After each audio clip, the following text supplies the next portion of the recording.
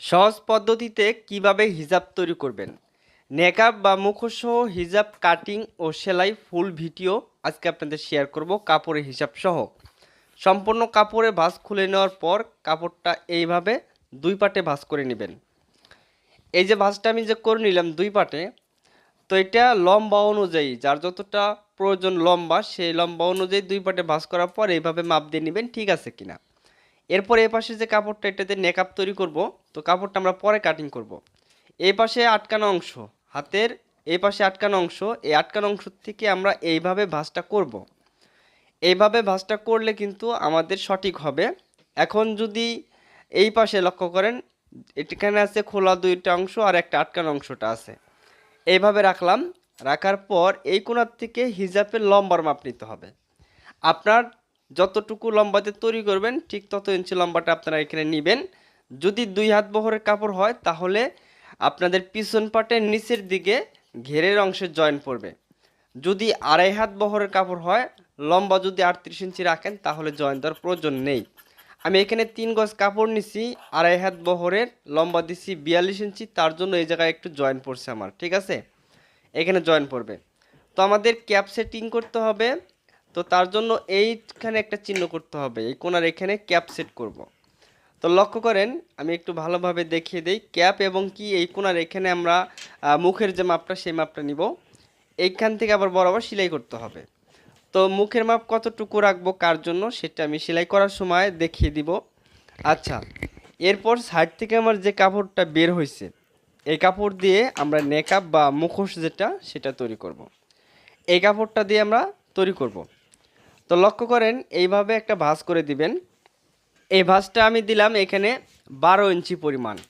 আসলে নেকাবের যে মাপটা হয় লম্বায় হয় 27 ইঞ্চি, পাশে হয় 24 বা 25 ইঞ্চি। এখানে দেখেন যে ভাঁজটা আছে 12.5 ইঞ্চি পরিমাণ, আর এই পাশে আছে 27 ইঞ্চি। 27 ইঞ্চি নিয়ে একটা চিহ্ন করব। আপনারা ছোট রাখতে পারেন বা আরও বড় রাখতে পারেন, সেটা নিয়ে কোনো সমস্যা নেই, তবে 27 ইঞ্চি রাখলেই হয়ে যায়। এইখান থেকে ধরে এই পাশে খোলা অংশটা আছে, এখানে একটু রাউন্ড শেপ করতে হবে গোল করে। উপরের অংশ কিন্তু গোল রাউন্ড করতে হবে না, ঠিক আছে। এইভাবে আপনারা কেটে নেবেন, এখানে ছোট বড় থাকলে কেটে নিতে হবে। আচ্ছা, এইভাবে কেটে নিলাম। তাহলে এই নেকাবের অংশটা কত ইঞ্চি রাখলাম? লম্বায় রাখছি 27 এবং এই পাশে রাখছি আমি 24 বা 25 ইঞ্চি। ছোট হলে ছোট রাখবেন, বড় হলে বড় রাখবেন। বড়দের জন্য বড়, ছোটদের জন্য আর একটু ছোট করে নিতে হবে। এই কাপড়টা এইভাবে ভাঁজ করে নিলাম 3 ইঞ্চি পরিমাণ। এটা দিয়ে আমরা ফিতা তৈরি করব। এই ফিতাটা আমরা নেকআপ যেটা হবে নেকআপের সাথে সেট করব এবং মাথায় বাঁধার জন্য। তো এখানে আবার দুইটা ফিতা বের করতে হবে তার জন্য। আর এই ফিতাটার লম্বাটা 16 বা 15 ইঞ্চি এরকম নিলে হয়ে যাবে। এটা দিয়ে আমরা ফিতা তৈরি করে আপনাদের দেখিয়ে দেবো এবং কি ছেডিংও করে দেখাবো দুইটা ফিতা, দেখেন। আচ্ছা, এখন এই যে সাইড থেকে যে কাপড়টা বের হয়েছে এটা দিয়ে আমরা এখন উপরে ক্যাপ তৈরি করব, তার জন্য একটা ভাঁজ করে দিলাম। এই ক্যাপের মাপটা হবে আমাদের পাশে রাখতে হবে 4 ইঞ্চি অথবা 4.5, আর লম্বায় থাকবে 10। এর থেকে কিন্তু বেশি নেবেন না, এর থেকে ছোট বাচ্চা হলে ছোট করে নেবেন। আর যদি বড়দের জন্য করেন তাহলে এইভাবে রাখবেন। এই কাপড়টাকে ডাবল ভাঁজ করতে হবে। এখানে আরও বেশি কাপড় থাকলে, আরও ভাঁজের কাপড় থাকলে ভালো হয়। এপাশে রাখছি 4 ইঞ্চি পরিমাণ, এপাশে আছে 10 ইঞ্চি পরিমাণ। এইভাবে একটা ভাঁজ করব। ভাঁজ করে নেওয়ার পর এখান থেকে এইভাবে রাউন্ড শেপ করে কাটতে হবে। এই যে ক্যাপের কাপড়টা আপনারা যদি ডাবল করে দেন তাহলে ক্যাপটা একটু মোটা হয়, দেখতে খুব সুন্দর লাগে। আমি এখানে সিঙ্গেলই রেখে দিলাম, এখানে 2 পাট আছে আমার, ঠিক আছে। খুব সুন্দর করে কাটিং করবেন। মাপটা আমি আবারও বলতেছি, লম্বা হচ্ছে 10, পাশে হচ্ছে 4.5। আচ্ছা, এখন হিজাবের নিচে যে জয়েন্ট পড়ছে একটু, এই জয়েন্টটা আমি দিয়ে দিচ্ছি। আসলে হিজাবের এই জয়েন্টগুলো 2 হাত বহরের হলে বেশি পড়ে। এখানে দুইটা জয়েনের কাপড় নিলাম, নেওয়ার পরে এইভাবে বসাবো। আপনারা যদি লম্বা যত নেবেন তত জয়েন্ট বেশি পড়বে, লম্বা যত কম নেবেন জয়েন্টটা তত কম পড়বে।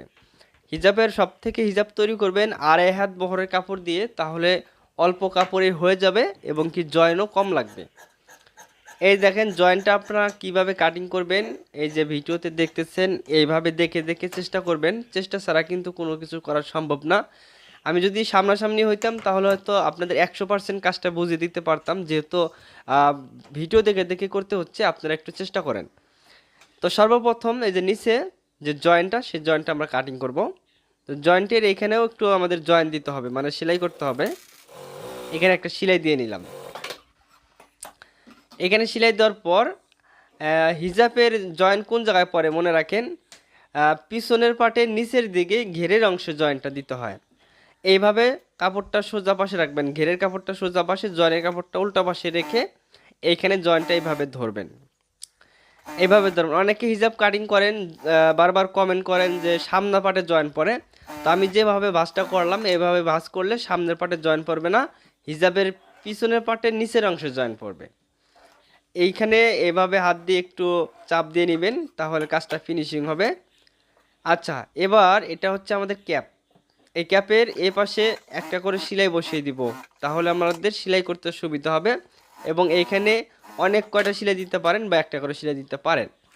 এরপরে এই অংশের এখানে চিহ্ন করতে হবে। মনে রাখেন আমি কোথায় কোন পাশে চিহ্ন করি সেগুলো খেয়াল করতে হবে। এবারে যে কোনাটা যে আছে হিজাবের, সেই কোনাটা এই যে দিকে দেখেন, এই যে কোনার চিহ্ন করছিলাম, এই কোনার এইখানে মিডিল সেন্টারে আমাদের ক্যাপটা সেট করতে হবে। তো তার জন্য হিজাবের এই যে এরকম করে সেট করতে হবে। হিজাবের কাপড়টা সোজা পাশে রাখবো। হিজাবের কাপড়টা সোজা পাশে রাখার পর এই চিহ্নটা আপনারা এইভাবে মিল করবেন। মিল করার পর এই যে সোজা সাইডের উপরে কাপড়টা এইভাবে বসাবেন। বসানোর পর ঠিক মাঝখান থেকে সেলাইটা আমরা ধরে এই পাশ পর্যন্ত নিয়ে আসব এবং সেলাই শেষে একটা বারটেক দিয়ে দিব, যাতে করে সেলাইটা এখান থেকে খুলে না যায়। এই পর্যন্ত সেলাই দেওয়ার পরে আবার এই পাশ থেকে ঘুরিয়ে আবার এই পাশ পর্যন্ত সেলাই দিব।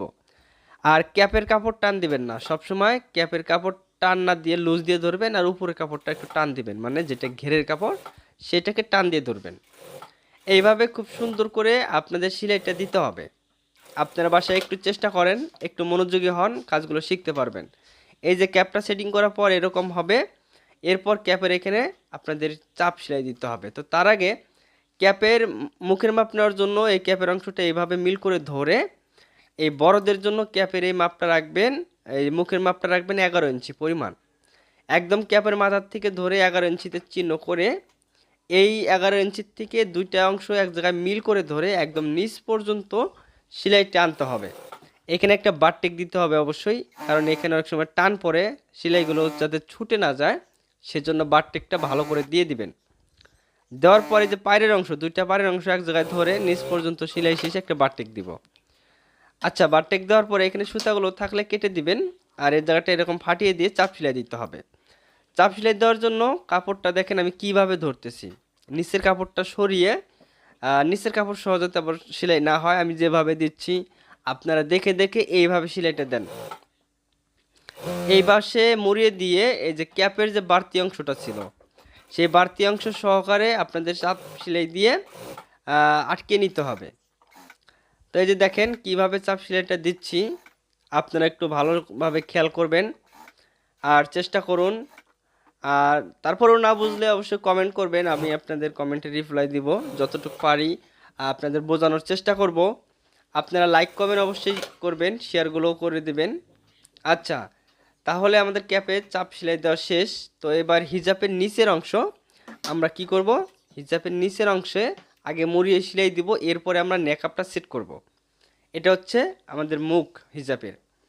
আচ্ছা, নিচের অংশ কিভাবে সেলাই দিবেন, নিচের অংশটা চিকন করে সেলাই দিতে হয়, এটাকে হ্যাম সেলাই বলি। প্রথমে একটা ভাঁজ দেওয়ার পর আরেকটা ভাঁজ দিবেন, দেওয়ার পরে এখানে চিকন করে হ্যাম সেলাই দিবেন। যত পারেন চিকন করার চেষ্টা করেন, তাহলে এই হিজাবটা দেখতে সুন্দর লাগবে, নিচের সেলাইগুলো সুন্দর দেখা যাবে। চিকন করে আমি সেলাই দিয়ে নিচ্ছি মুড়িয়ে। আচ্ছা, তো এখন আমরা এটা দিয়ে ফিতা তৈরি করব। দুই পাশে মুড়িয়ে নেওয়ার পর মাঝখানে আরেকটা মুড়ানি দিয়ে আমরা হিজাবের ফিতাটা একটু চওড়া করে তৈরি করব। আপনারা চাইলে চিকনও করতে পারেন বা মোটাও করতে পারেন, এরকম দুইটা ফিতা তৈরি করে নেবেন। আমি এখানে দুইটা ফিতা তৈরি করলাম। এবার হিজাবের যে পাশটা সমান আছে, এই সমান পাশটা আপনাদের একটু চওড়া করে মুড়িয়ে সেলাই করতে হবে। তো প্রথমে যে ভাঁজটা একটু চিকন করে দিব, আর এই ভাঁজটা 1 ইঞ্চি চওড়া করে দিব। এটা হচ্ছে হিজাবের যে নেকাবের যে সামনের অংশটা, এটা মুখের সাথে বাঁধা থাকবে। এখানে মাথায় মাথায় আরেকটা করে সেলাই দিয়ে নিলাম। এবার হিজাবের চতুর সাইড চিকন করে আপনাদের হ্যাম সেলাই করতে হবে চিকন করে। ঠিক আছে, এই সাইডগুলো চিকন করে দিতে হবে, কারণ এই সাইডগুলো নিচের দিকে ঝুলে থাকবে। এই যে দেখেন আমি সেলাই করে নিলাম চতুর সাইড। এবার ফিতাটা কত ইঞ্চি রেখে কিভাবে সেট করবেন সেটা দেখাবো। এইভাবে ভাঁজ করে নেবেন। এইভাবে ভাঁজ করার পর এই যে এই দিকে দেখেন আটকানো অংশটা আছে, এখান থেকে 4.5 ইঞ্চি নেবেন, অর্থাৎ মুখের মাপটা থাকবে 4.5 ইঞ্চি। 4.5 ইঞ্চি মানে এখানের থেকে ধরে আমাদের 9 ইঞ্চি হবে মোট। এই পাশে 4.5, ও পাশে 4.5, মানে ফিতাটা থাকবে মাঝখানের 2 সাইডে। এই যে এভাবে ফিতাটা ধরবো, এইখানে আমরা বারটেক দিব, দেওয়ার পর আবার এই পাশে ঘুরিয়ে দিয়ে এইখানে একটা বারটেক দিব। ঠিক আছে, আচ্ছা বারটেক দেওয়ার পর এই ফিতার থেকে ধরে আমরা ফুল 9 ইঞ্চি মাপ দিব। 9 ইঞ্চি থাকবে মুখের মাপটা। 9 ইঞ্চি মাপ দেওয়ার পর এইখানে আবার এই ফিতাটা এইভাবে সেট করব।